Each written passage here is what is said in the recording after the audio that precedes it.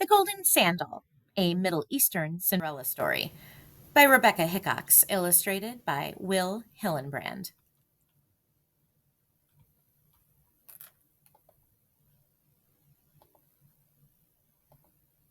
For Diane, the best elixir is a friend. A quote from William Somerville. For Carol and Armin.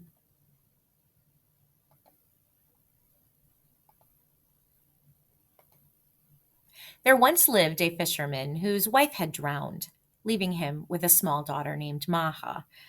Nearby lived a widow with her own young daughter.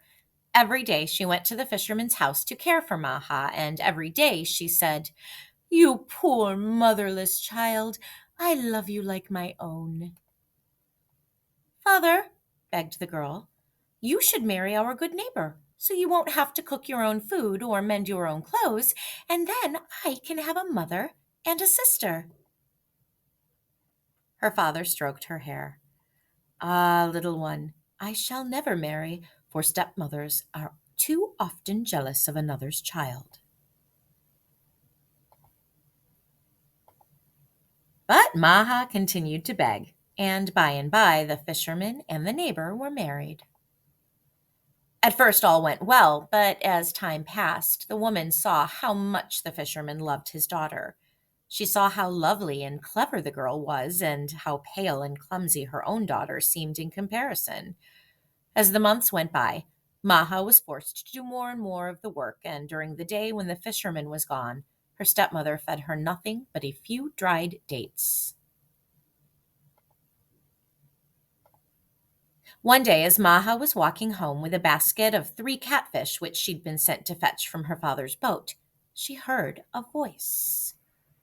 "Luckless child, have pity on another unfortunate. Spare my life."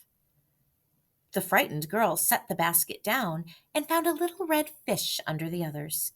Full of wonder, she carried the fish back to the river. As she released it, the fish spoke again. "Allah says a kindness never goes unrewarded. Call for me any time and ask what you will." When her father returned home, he asked what had happened to the red fish. "What?" the stepmother scolded Maha. "You didn't tell me there was another fish. You shall have to go look for it. If you return without it, you'll be sorry." Maha made her way, hungry and frightened, through the darkness to the river. "Little fish," she called, "please help me. I don't know what to do." The fish appeared at the water's edge. "What is the trouble, my child?" "Stepmother is angry that I brought only 3 fish home. If I go back empty-handed, she will beat me." "Here," replied the fish, "you will find a golden coin in my mouth. Give it to her and say you sold the fish." The stepmother was pleased with the coin, but she loved her stepdaughter no better. The years went by, and both girls grew into young women. Maha worked from sunup to sunset, but each day increased her beauty inside and out. Her stepsister, on the other hand, grew selfish and mean, and many a time added to Maha's woes. When things were too hard, the poor girl would go to the river and call for the fish, who always helped her in one way or another. One day, the daughter of the master merchant was to be married. All the women of the town gathered before the wedding to sing and celebrate and watch the bride's arms and feet be painted with red henna stain. This was a time of great excitement among the unmarried girls, for it was at the women's celebration that they were seen by the mothers of young men. Whom would they choose to be brides for their sons? The stepmother scrubbed her daughter and dressed her in their finest. Maha was left at home to carry the heavy water jugs and sweep the floor. As soon as the others were gone, Maha ran to the river. "Little fish, please tell me what to do. Will I be a slave to my stepmother forever?" The fish appeared at the river's edge. What is it you wish, my child? I wish to join the other girls at the bride's henna. I long to sing and laugh and see all the fine clothes and jewelry.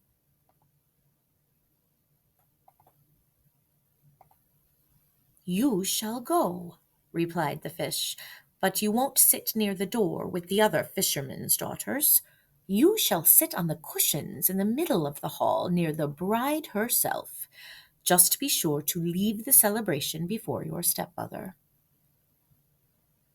On the grass of the river bank there appeared a silken gown, a pearl comb, and a pair of golden sandals. Maha washed herself, dressed in the gown and sandals, and tucked the comb into her hair. When she entered the merchant's house, the women made a place for her next to the bride. They did not know who she was, but they could see she must be from an important family. Her stepmother and stepsister whispered to each other that she looked very much like Maha, then giggled to think of her with such fine clothes. Maha had such a good time that she forgot to keep a close watch on her stepmother. When the woman stood up to leave, Maha rushed out another door and ran for home, but as she hurried over a footbridge, she tripped, and one of her golden sandals dropped into the water below. She picked herself up and ran on. When her stepmother and stepsister arrived, Maha, dressed once again in rags, was sweeping the doorstep. Several days after the wedding festivities, Tariq, the brother of the bride, went riding. He dismounted and led his horse to the river bank for a drink, but each time the horse lowered his head to drink, he shied away and refused to touch the water. "What's the matter?" asked the young man. He bent down and saw something glittering in the morning sun. Reaching in, he pulled out a golden sandal. There was something so delicate, so beautiful about the little shoe that he longed to meet its owner.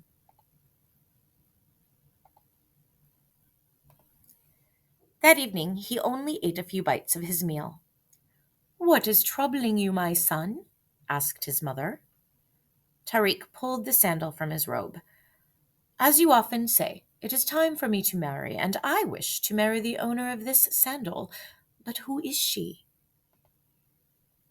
His mother was pleased. "Don't worry, my son. I will find her." The next day she went from house to house in the wealthy section of town, for surely the owner of such a sandal would live there. Perhaps it would even be the fine girl who came to her daughter's henna. She tried the sandal on each unmarried woman, but it fit none.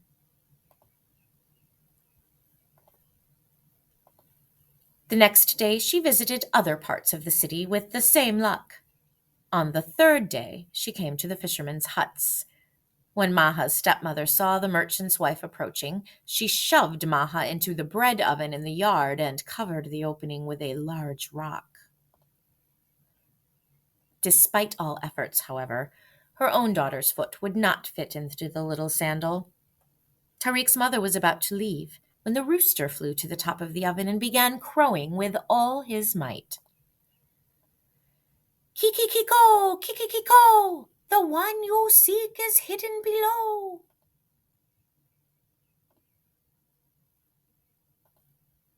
Tariq's mother ordered her servant to open the oven. Maha crawled out, and her foot slipped easily into the sandal. When the merchant's wife saw the beauty and kindness in the girl's eyes, she knew she'd found a worthy bride for her son.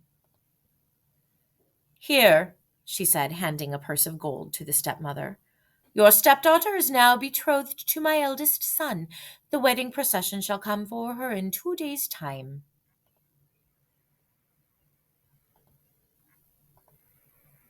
Even now the stepmother could not rejoice in her family's good fortune. She went to the perfumer with some of the gold and asked him to make an oil which would smell as foul as rotting fish and cause hair to fall from the head. The night before the wedding, she held her breath and combed the foul potion through Maha's lovely dark hair. The next day, the procession came and carried the bride on a litter through the streets amid much singing and dancing. Tariq waited impatiently to sign the wedding contract so he could see his bride. When he at last lifted her veil, the scent of roses filled the room, and her hair was so beautiful he could not stop stroking it.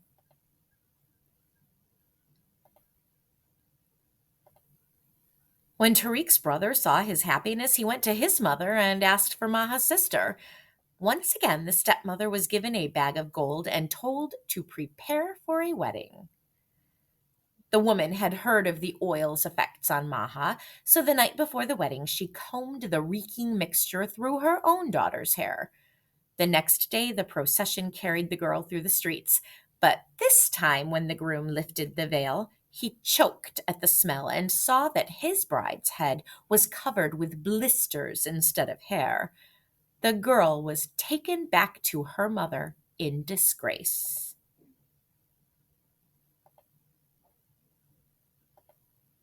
As for Maha and Tariq, they were blessed with 7 children and lived their days in great joy and good fortune. The end.